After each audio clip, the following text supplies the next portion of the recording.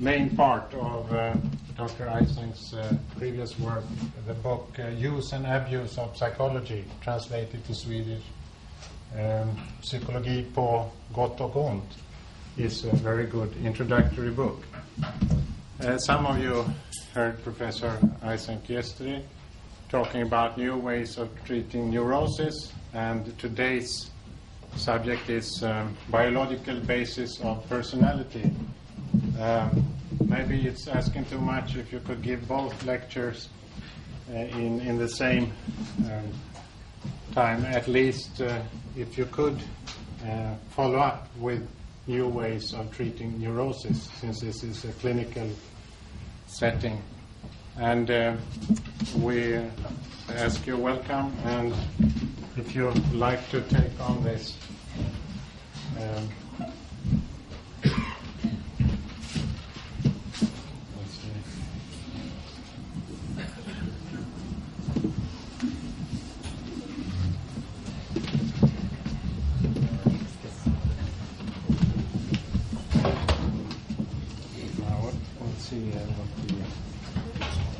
To use this, that's forward, backward, and then we have the light part can go forward and turn on the light there.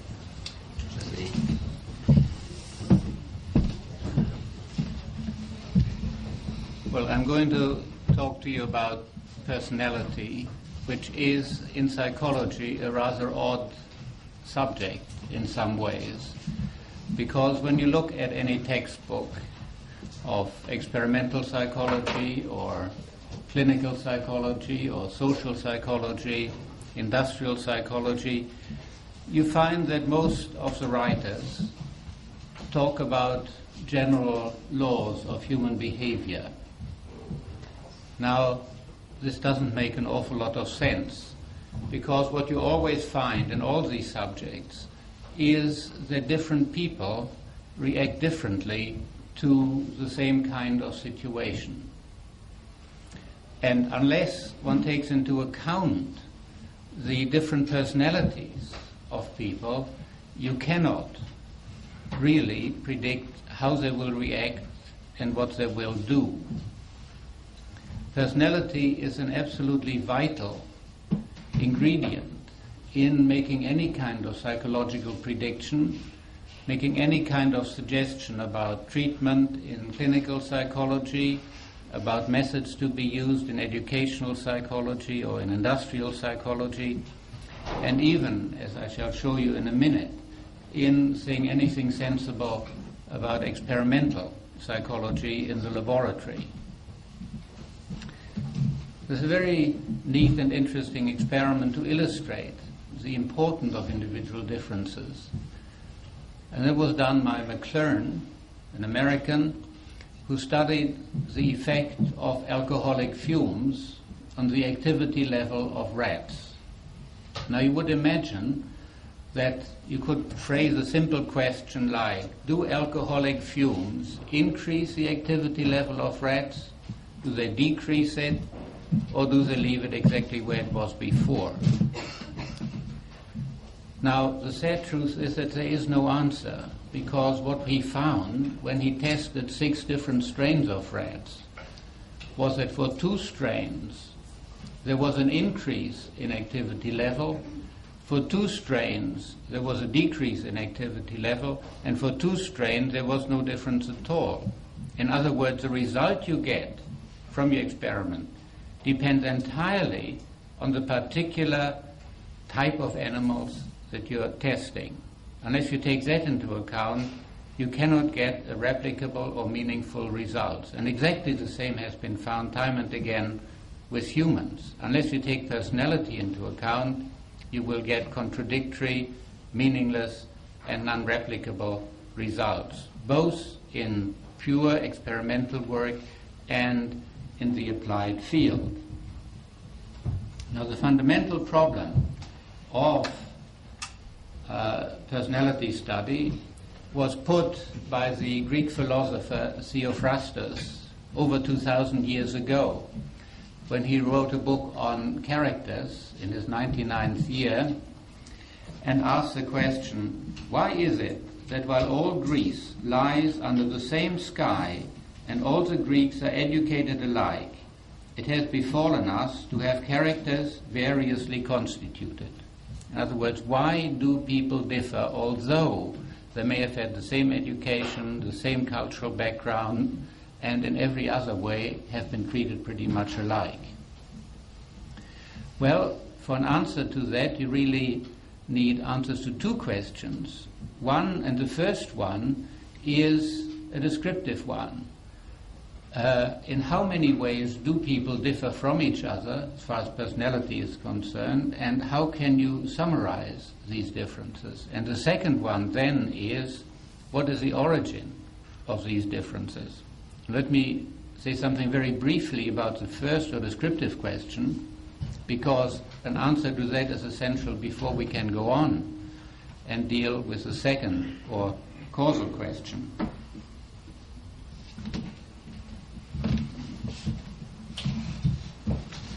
Now, the ancient Greeks, of course, tried to give an answer to the descriptive question. They came up with the four temperaments: choleric, sanguine, phlegmatic, and melancholic. This is not a very satisfactory answer, although it has lasted for over 2,000 years and we still use these terms. It isn't satisfactory because I thought everybody could be fitted into one of these four types, which is clearly not so.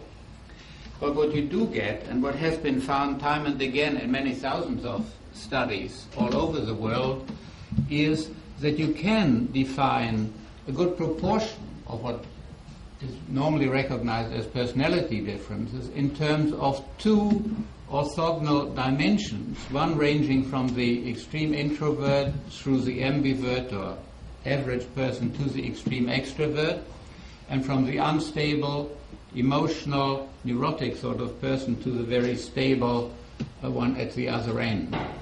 And you can see the traits which are characteristic of the typical extroverts written around the rim of this. The typical extrovert is active, optimistic, impulsive, changeable, sociable, outgoing, talkative, etc.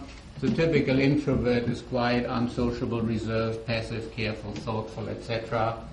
And similarly, for the unstable and the stable, you see the terms characteristic of each: moody, touchy, anxious, restless, and so forth. And you can see that the Greek temperaments fit into this in the four quadrants. The choleric is your unstable, emotional extrovert. Your melancholic is your unstable introvert. Your phlegmatic is your stable introvert. And your sanguine is your stable extrovert. And these personality descriptions are related to various groupings and that you can observe socially. For instance, most neurotics who come to your hospital will be in the melancholic quadrant. They're both unstable emotionally and introverted. Many antisocial, psychopathic, hysterical, and criminal personalities come in the choleric quadrant. The phlegmatic and the sanguine are more normal, but for instance, in the British Army we tested recently many thousands of paratroopers and parachutists, and they tend to come in this quadrant, the stable extroverts, and many successful businessmen come into this stable introverted quadrant. So you have relationships there with behaviors that are certainly socially important.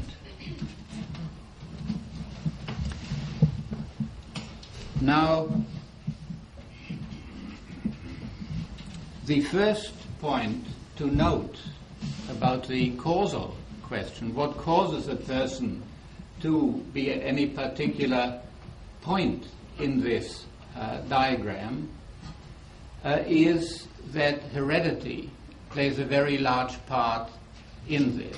We have done many studies of identical twins brought up in separation, identical twins brought up together and compared with fraternal twins brought up together. We have looked at adopted children and how closely their personality resembles that of their true parents and their adoptive parents. We have looked at intercorrelations within the family to determine to what degree consanguinity determines similarity in personality, and the outcome throughout has been that for these and other personality traits, about 3/4 of the total variability is contributed by genetic factors and only about 1/4 by environmental factors. In other words, heredity is a vital part of the determining factors which make a person introverted or extroverted, stable or unstable, and so forth. The proportion of heritability in personality is about the same as in intelligence, but there are also certain differences. For instance, in intelligence you have assortative mating. That is to say, highly intelligent men marry highly intelligent women, and vice versa. And you have dominance. High intelligence is dominant over low intelligence. In personality you have neither. There's no assortative mating. That is to say, people marry more or less at random as far as personality is concerned. An extroverted man doesn't marry an introverted woman more frequently than he marries an extroverted one or an ambiverted one, and so on. There's some evidence that happy marriages show some degree of assortative mating and unhappy ones do not, but the evidence is not terribly strong. And overall, as I say, there's no assortative mating, and there's no evidence of dominance either for neuroticism or for extroversion, introversion. Now, given that hereditary factors are very important, it suggests immediately that there must be some kind of biological basis, because obviously you cannot inherit behavior or personality as such. You can only inherit some kind of neurophysiological structure, anatomical structure, which in interaction with the environment mediates personality and behavior. And it should be possible to suggest what these structures might be and to study them experimentally.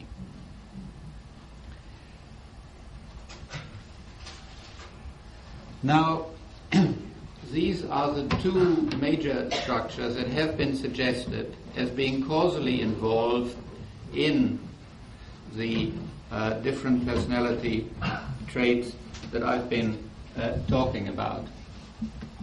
First of all, you have in the lower brain the so-called visceral brain or limbic system, which coordinates the activities of the autonomic system, the sympathetic and parasympathetic system, which is responsible for the expression of the emotions.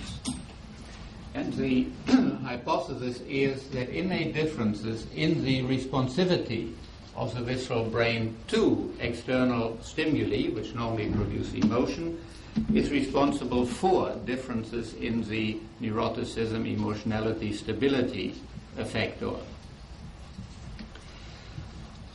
This of course has been known for quite a long time, and very few psychiatrists or psychologists would doubt the relevance of the visceral brain, of the limbic system, to the differences in expressed emotionality. The other system is of rather more recent vintage, and its relationship to extroversion, introversion has only recently been suggested and verified, and that is the so-called ascending reticular activating system. Essentially, how this works is this. It used to be assumed that incoming sensations from the outer world would go up along the ascending afferent pathways to the cortex, to be relayed through synapses to other neurons, until finally they issue in some motor neuron, which goes down again to the muscles and issue in some kind of movement. Well, we know now that this is much too simple a conception, that what happens, if this were all, would be that the message would reach the brain and then stop there. Because what is needed is some kind of arousing impulse that will awaken the brain and make it possible for the further interchange of messages to take place. This is done through the reticular formation.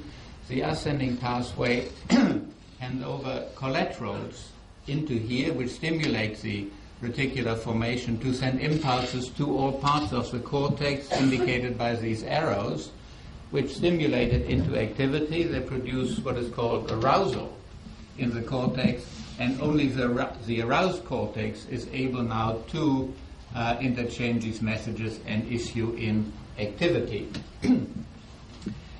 Everyone is familiar introspectively with different degrees of arousal.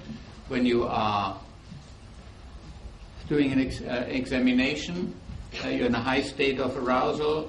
When you're coming home tired and sit in front of the television, you're in a low state of arousal, and you probably recognize states intermediate between these two. But in addition to that, there are also habitual differences in level of arousal in the resting state between individuals. Some habitually have a high level of cortical arousal, and some have a low level. And it is this that is related to extroversion, introversion, in the sense that introverted people are characterized by a high level of cortical arousal, and extroverted people by a low level of cortical arousal. Now, you may feel that I got this the wrong way around, because it is the extrovert who is a very active kind of person, yet he is characterized by a low level of cortical arousal.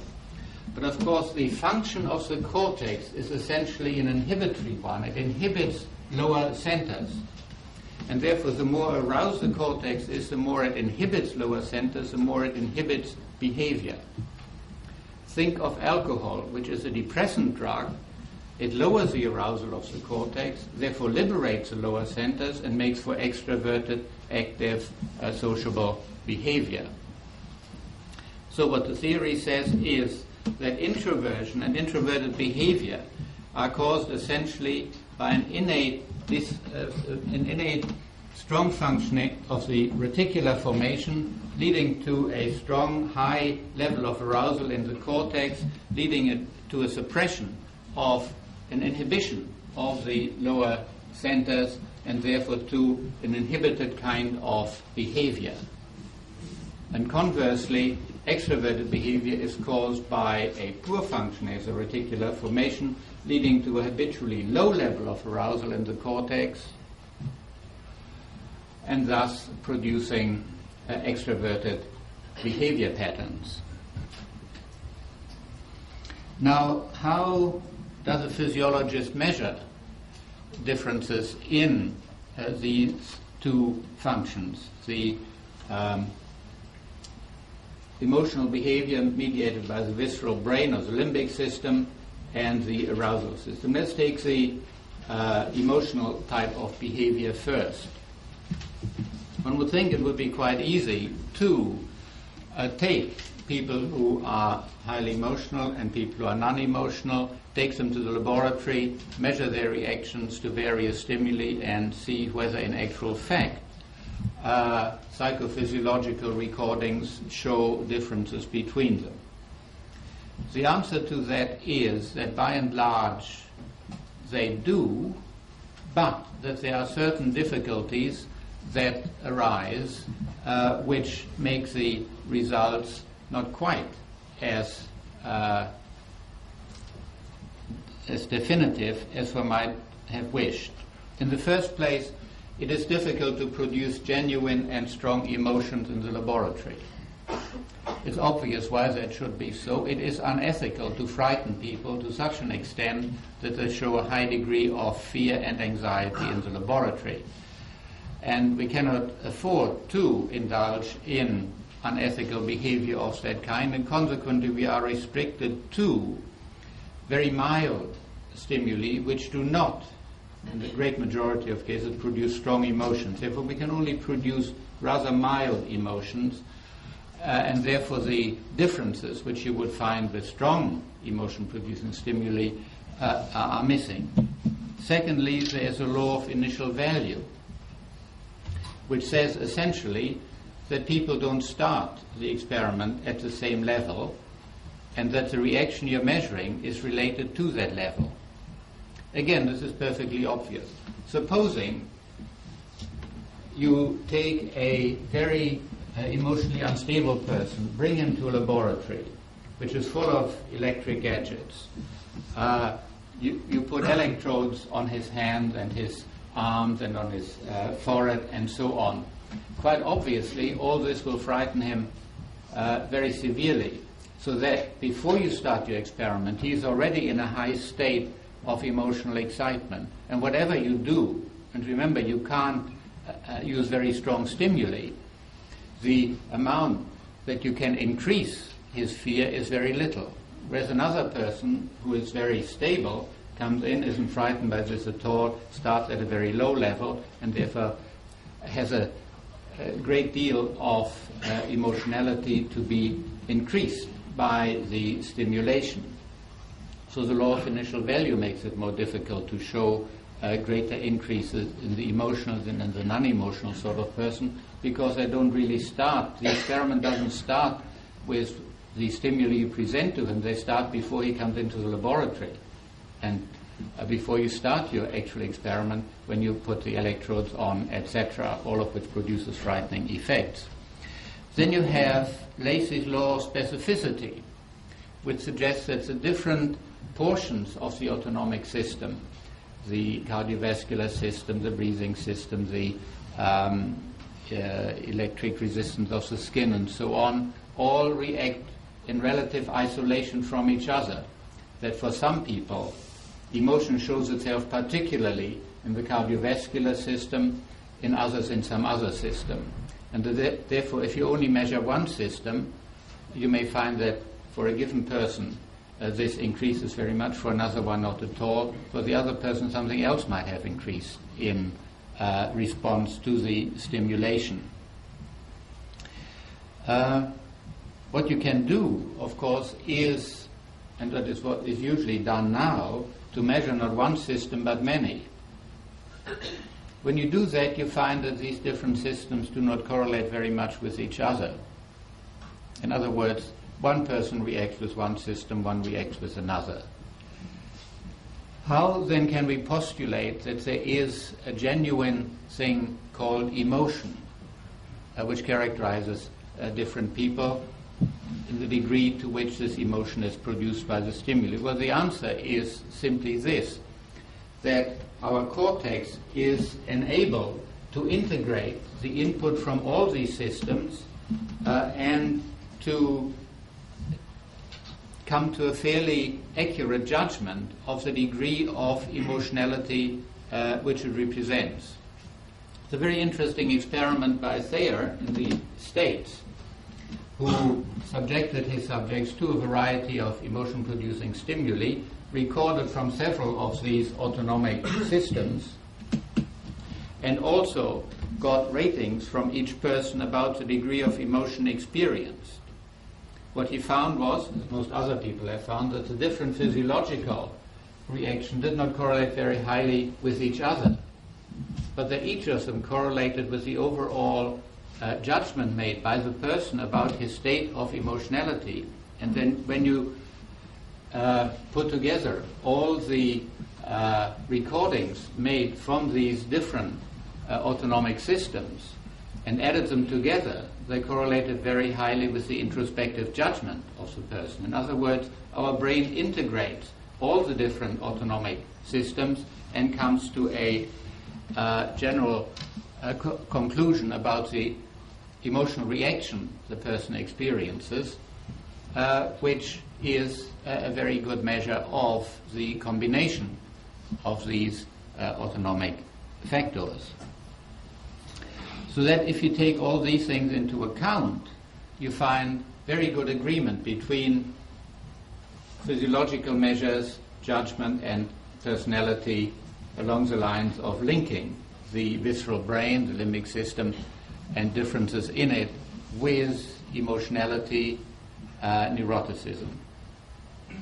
When we come to extroversion, the obvious thing to do, of course, is to ask how did the physiologist discover this first of all, and what does he use to measure it? And the answer is recordings on the EEG. It is usually found, both with animals and with humans, that a high degree of arousal is characterized by fast, low amplitude alpha waves on the EEG, whereas low arousal is characterized by slow, high amplitude waves on the EEG.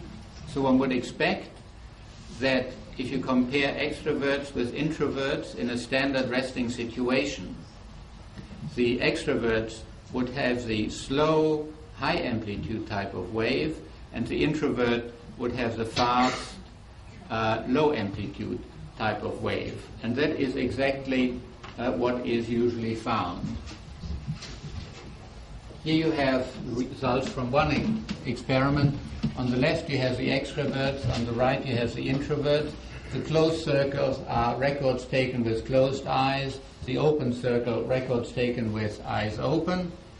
There you have theta, rhythm, alpha and beta, and you can see in each comparison that the differences are in line with prediction.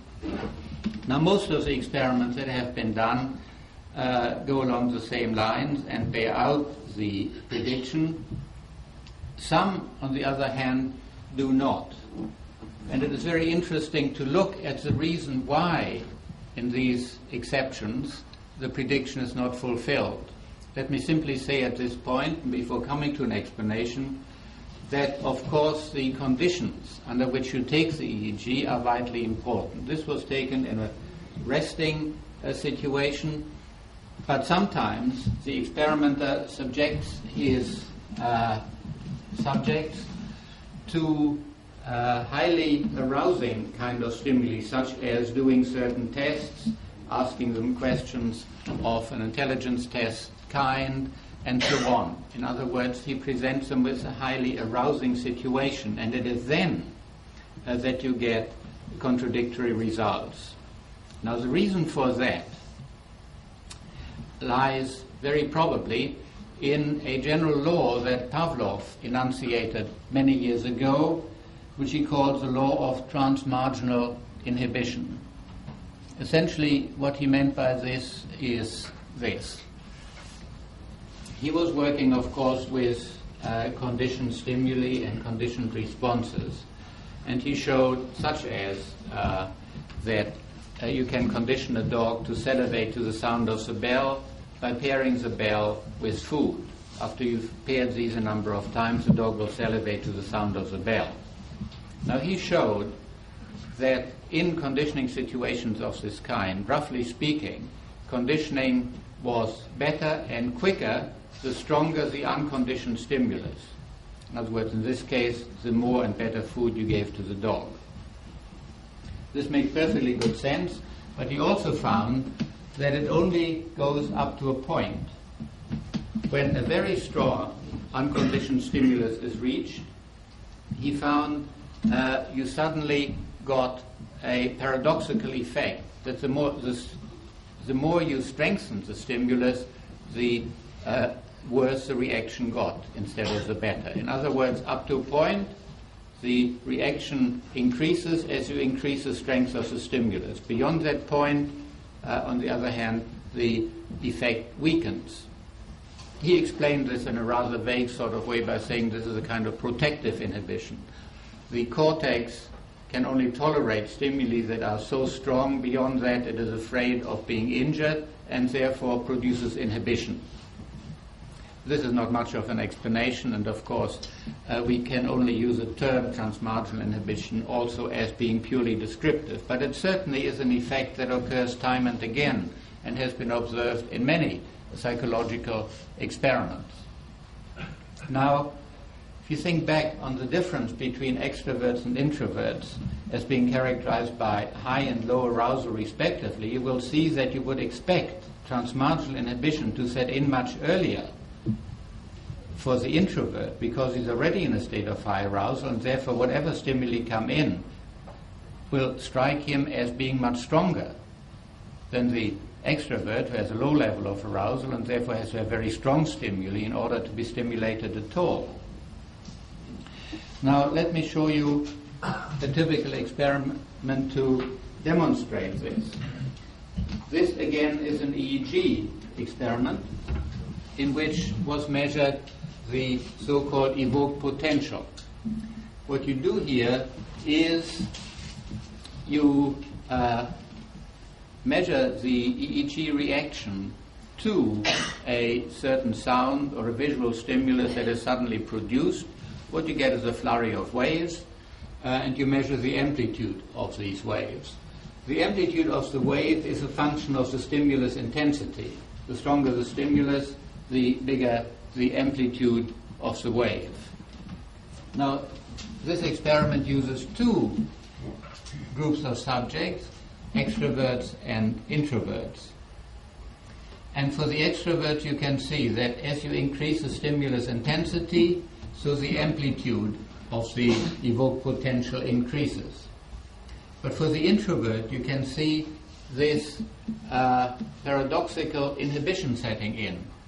At first you have an increase in the amplitude with the stimulus intensity, but after that it decreases, and after this point it decreases very sharply. So there you have a typical example of Pavlov's conception of transmarginal inhibition related to the introverted type of personality. And that is why in some experiments with the EEG, the alpha waves, you get paradoxical results. When the stimulation is very strong, you get transmarginal inhibition setting in and the reversal of the predicted relationship, just as you get a reversal here. Instead of rising with stimulus intensity, for the introvert, the reaction is one of decline.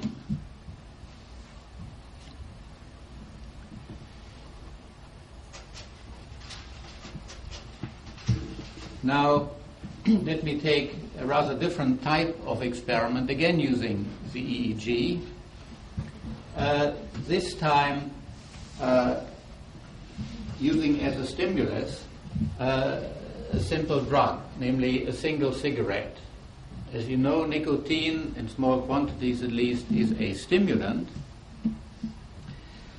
As a measure of arousal in this case, we use the CNV, the so-called contingent negative variation. This is a rather interesting product. What is done essentially is this. You give two stimuli,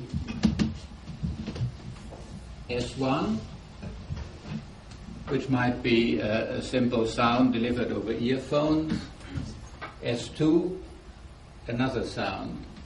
The subject is instructed the first time he hears a sound simply to pay attention, because after a short period of time he will hear another sound. When he hears a second sound, he is to press a button. What is recorded is the EEG activity between these two. And this results in the so-called expectancy wave. In other words, a kind of conditioned response in the EEG which prepares the organism for action. And this is a direct measure of arousal. So you would expect the reaction to be stronger in the introvert than in the extrovert. Now, this is shown here, prediction being that the extrovert would have a lower CNV than the introvert under conditions of what we call sham smoking. In other words, to compare it properly with real smoking, we give the subject an unlit cigarette, which he simply puts in his mouth, takes out again, as if he were smoking. The reason is to equalize for muscular activity and so on. Now, that is a prediction for the difference between extrovert and introvert in the sham smoking situation or the resting situation. The introvert, having high arousal, should have a higher level of CNV, because the CNV is a direct measure of arousal. should be the effect of the cigarette, which produces another addition of arousing stimulation? Well, according to the theory, this would be a typical case for transmarginal inhibition. For the extrovert, who is pretty low on arousal, the cigarette produces an incrementation, but for the introvert, who is already high on arousal, this would shoot him over the top of this transmarginal inhibition, and we would get the inhibition leading to a lowering of arousal in the introvert. In other words, you get a paradoxical result that the two types of personality produce entirely different reactions. Well, we tried the experiment with two different ISIs, interstimulus intervals. One was 1.25 seconds between S1 and S2, the other one was 4 seconds. And in both cases, we got this crossover, as you can see. This is the 1.25 second interval, this is the 4 second interval. In each case, the introverts under sham smoking conditions show much greater CNVs than the extroverts. After the smoking, the extroverts show greater response than the introverts. I'll just show you briefly reactions, the mean reactions you get there. This is S1, S2 in each case. At the top you have introverts under sham and real smoking conditions and extroverts under sham and real smoking conditions. This is the 1.25 ISI, and you can see that in each case the difference is as predicted, and here you have the 4 second difference ISI. You can see here, for instance, that for the introverts the curve is actually increasing up to the end of the 4 second period under sham smoking condition. In other words, they have a high state of arousal, but after smoking it actually decreases during the 4 second period. In other words, their arousal is declining. Whereas for the extroverts, exactly the opposite is the case. It is declining in the sham smoking condition, but it's going up and increasing in the real smoking condition. So you have a very differential reaction to a drug in these different groups. And there is a great deal of evidence for many different drugs that the reactions of extroverts and introverts, or stable and unstable people, are quite different. For instance, if you take minor tranquilizers, they usually improve the performance of unstable people and have the opposite effect, making the performance worse for stable people. So the effect of a drug is related to the personality of the person to whom you give it. It is not a universal effect by any means. Let me show you the next slide, which shows a rather different kind of test altogether. This is the so-called lemon test. The hypothesis being that the stimulation produced by putting 4 drops of lemon on the tongue will be much stronger for the introvert, because in a high state of arousal, than for the extrovert. And if you measure the reaction, which is an increase in salivation, you would get marked differences. Well, we had 100 extroverts and 100 introverts divided into 5 groups. This is the most extroverted group, this is the most introverted group, and the others are in between. This is the mean increment score in salivation from before you put the 4 drops of lemon juice on the tongue of the subject to afterwards.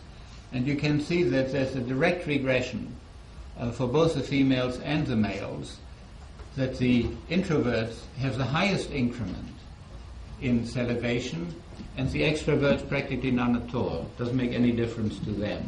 and for the intermediate degrees you have intermediate reactions. In fact, there's quite a high correlation. We've found one of about 0.7 between introversion and showing an increment in salivation after putting 4 drops of saliva on the tongue. We then tried to see if we couldn't get this transmarginal inhibition. And so we instructed people to swallow the lemon juice. Now, as you probably know, this is a much stronger effect than just having it on the tongue. And accordingly, we got an immediate reversal. Now the extroverts showed a much stronger reaction. For the introverts, you had an inhibition of the salivary reaction.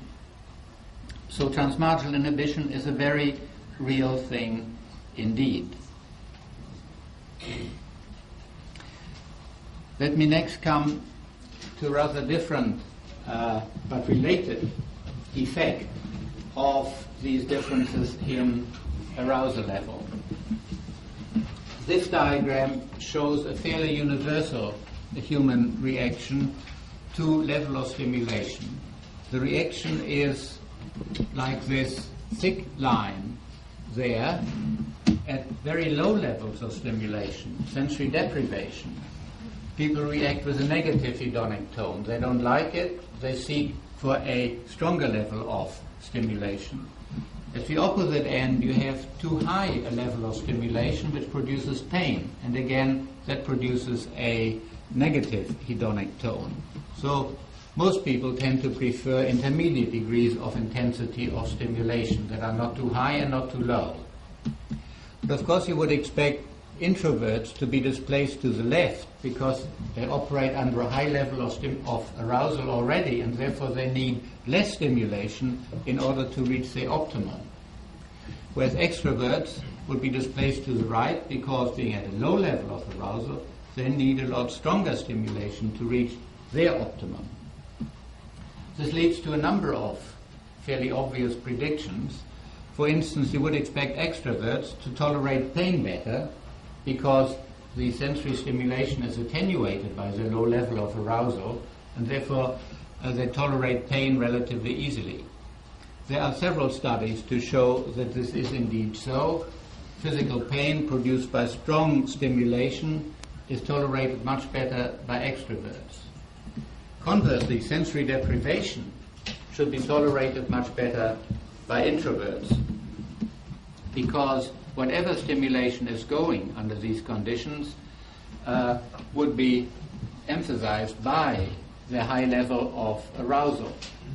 To take a typical experiment showing this, you take your subject, you promise to pay him well for however long he tolerates the conditions involved.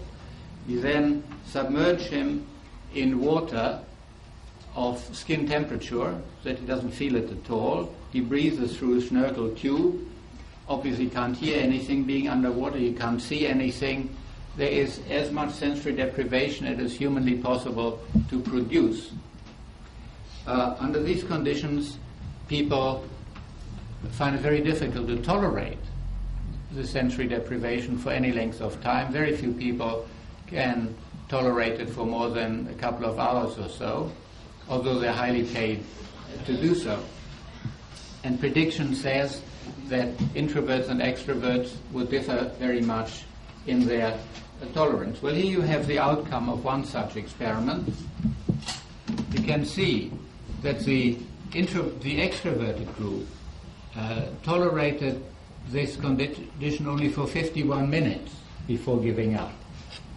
The medium group is intermediate.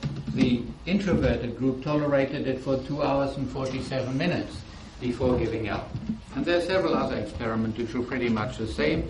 Introverts are more tolerant of sensory deprivation. You can put this in a more empirical context in the following way. You put your subject on a chair in a completely dark and silent room, and you give him a manipulandum, a stick which he can pull to and fro at a given rate. That is his operant rate. After you've established what his operant rate is, you then introduce a contingency, namely that if he pulls it at a faster rate, then for 3 seconds the lights will come on and the jukebox will play jazz music. And then it'll go out again. Well, the prediction, of course, would be that extroverts who are at a low level of arousal will pull more and more in order to get the added arousal of the music and the lights, whereas introverts would detest this high level of arousal and would therefore pull more and more slowly in order to avoid it. Well, this is the outcome of the experiment. As you can see, the extroverts start pulling like mad in order to get the stimulation. The introverts, on the other hand, do not. They try to avoid it by going slower and slower. Let me go on to another type of experiment, this time related to Pavlovian conditioning. Now, Pavlov already noted the great differences between dogs in the number of conditioned responses produced after a given degree of conditioning. For instance, some dogs would condition the saliva response after 5 pairings, whereas some would need 300. Tremendous differences. And this has been linked experimentally with arousal, in the sense that the higher the degree of arousal in the animal or in the human, the greater would be the degree of conditioning. So you would predict that introverts would condition better than extroverts. Here you have the experiment. We have used eye blink conditioning.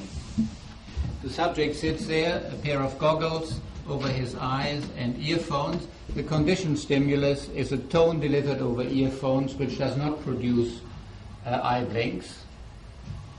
The unconditioned stimulus is a puff of air delivered through this polythene tube, which issues in a nozzle which pierces the goggles and almost touches the cornea, so that a puff of air will go through the nozzle and impinge on the cornea, which then produces a reflex eyelid closure. The movement of the eyelid is measured by, you have a small electric light inside the goggles, which is reflected by the eye or the lid when it closes onto a light-sensitive cell. The resistance of this is changed depending on the amount of light reflected into it, and this is then recorded. So you have a complete record of the movement of the eyelid. So the procedure is that first of all you show that there is no reaction to the tone by itself. You then show that there is a reaction to the puff of air. Then you pair them a number of times, and gradually the person will react to the tone with closure of the eyelid. This is not a voluntary reaction. Note, you can tell the difference very clearly because the latency of a voluntary reaction to the tone is quite different to the latency of a conditioned reaction. In fact, there's no overlap between the two. So you're always dealing with conditioned responses, not with voluntary responses. You cut out all voluntary responses. But under those conditions, you get this kind of result, much quicker and much stronger conditioning for the introverts as compared for the extroverts. Does the law of transmarginal inhibition work here? Well, Pavlov originally introduced it for conditioning, and we would expect it to work here. So if we now increase the strength of the unconditioned stimulus, a puff of air, from, say, 3 pounds per square inch to something like 6 or 7 pounds per square inch, we would expect the law of transmarginal inhibition to set in, and we would now expect the extroverts to condition better than the introverts, which is exactly what happens. This is when you have a strong unconditioned stimulus, and you can see extroverts condition better than introverts. Now, I want to emphasize the fact that personality is correlated so clearly and strongly with conditioning, because I believe that conditioning is a very important factor in producing the differences in behavior between extroverts and introverts. I mentioned to you before that the melancholic quadrant, the neurotic introverts, constitute the major number of neurotics in our hospitals. I think the reason is that neurosis is produced by conditioned emotional responses. And the introvert, who conditions so easily and readily, is therefore much more likely to condition the emotional responses in the course of his life and therefore end up as a potential neurotic.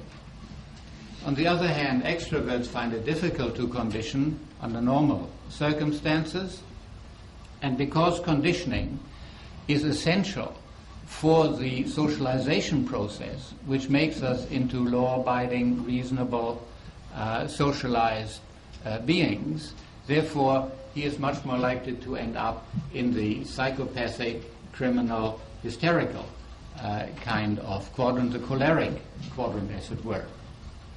There's a lot of evidence to show that this is indeed so, and I don't want to go into this in any detail because it would take us rather too far. But I think it is important to realize that conditioning is one of the mediating features through which personality is related to social effects of this general type. The other venue, of course, is the general level of arousal, which produces what Zuckerman has called sensation seeking in the low arousal extrovert. In other words, when you are in the state I showed you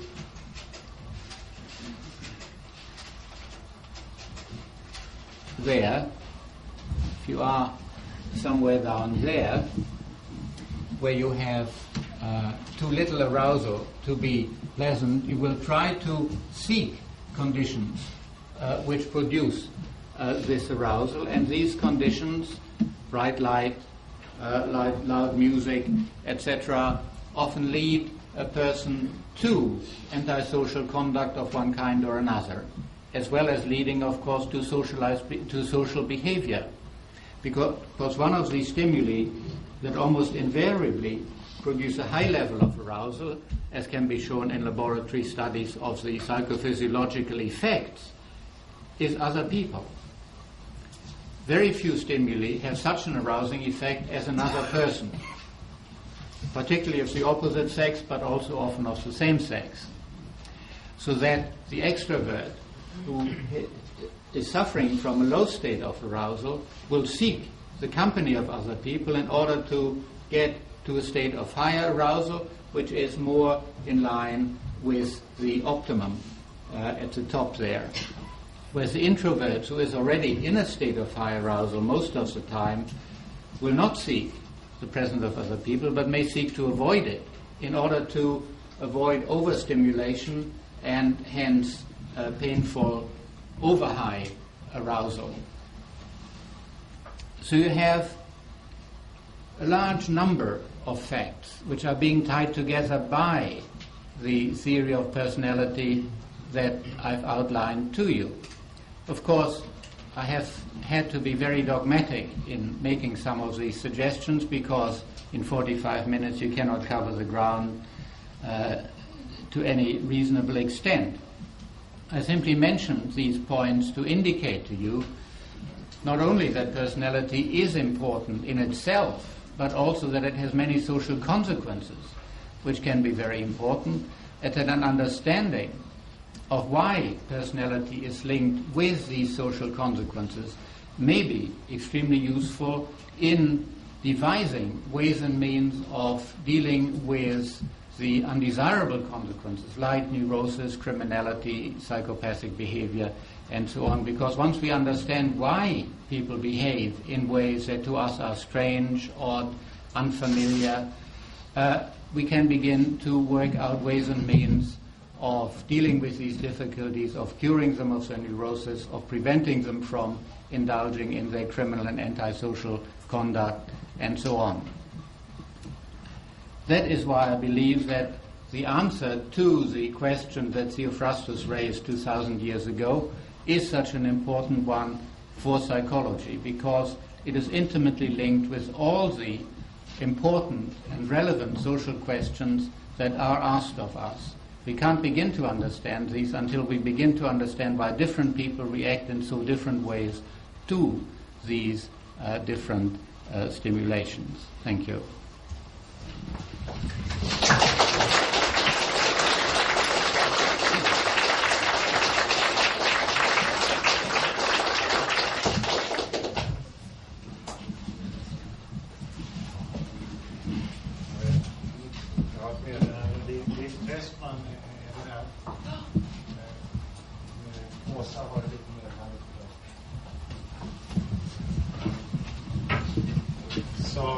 I think we'll take 50 minutes for formal discussion down here, and then upstairs. Those who have to pick up their children can take the opportunity to leave.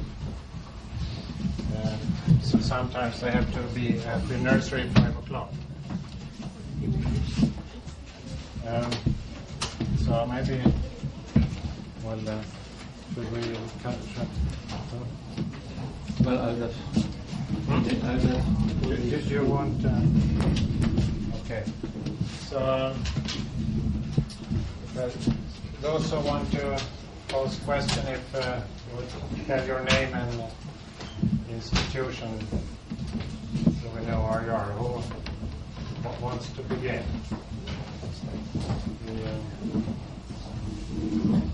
Yes? From the Department of Medicine, Huddinge Hospital.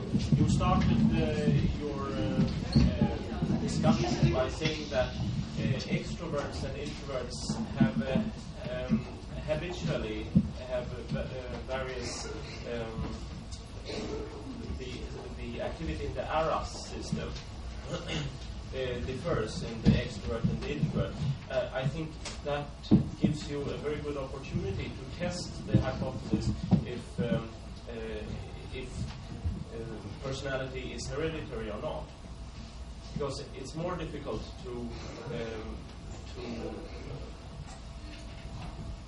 check the heredity if you look at behavior, but it's easier to check it if you look at the EEG waves. Has that sort of experiment been done? It is generally conceded that EEG is inherited to much greater extent than behavior. So the underlying basis is inherited to a much greater extent, as one would expect. Unfortunately, most of the work with EEG has been done on relatively small samples for fairly obvious reasons. And unfortunately, again, genetic determinations of heritability and so on really depend for accuracy on quite large numbers. In our work, we have used well over 1,000 pairs of twins, whereas most of the work with EEG has been done on something like 20 or 30 pairs. So while the evidence, as far as it goes, suggests that the EEG is inherited to a much larger extent than behavior, the basis is rather small on a relatively small number of twins, and until that is very much enlarged, we can't be certain that this is so. But the evidence is all in favor of that hypothesis. This difference in EEG activity, is it seen very early in life too, in children? Well, differences are seen quite early in life, but whether they are predictive of later differences and whether they are correlated with extroversion, introversion is not known because nothing really has been done by way of correlations until you reach adolescent and adult levels. So that is a question that is still to be settled. A very important one, of course.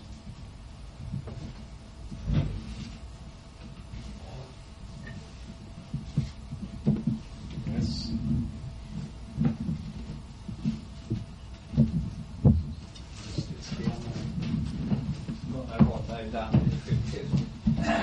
Would you think that this quality, introvert, extrovert, bipolar concept, is inherited by a single gene or by a number of genes? Well, almost certainly not by a single gene, no. It is very difficult to know how many genes would be involved. You can get some idea from looking at the divergence in their introversion extroversion scores between siblings, because of course the larger the number of genes involved, the smaller can be the difference between siblings in a particular trait.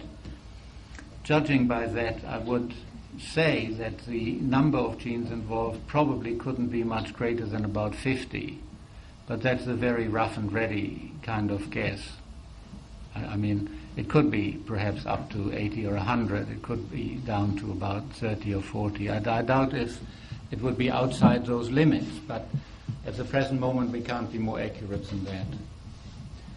Have you found any characterological quality which is inherited in a more Mendelian way?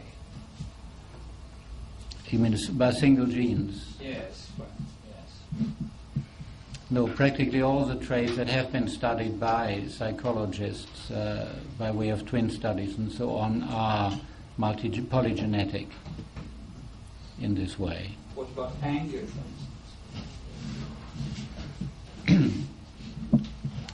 Well, anger, of course, is not by itself a personality trait. If you take something like aggressiveness, yes, that again is a polygenetic trait with a very high degree of heritability. But I can't think of anyone that is not polygenetic in this sort of way. I know you have published about different nationalities you have studied now. Are Swedes introvert and Italians extrovert?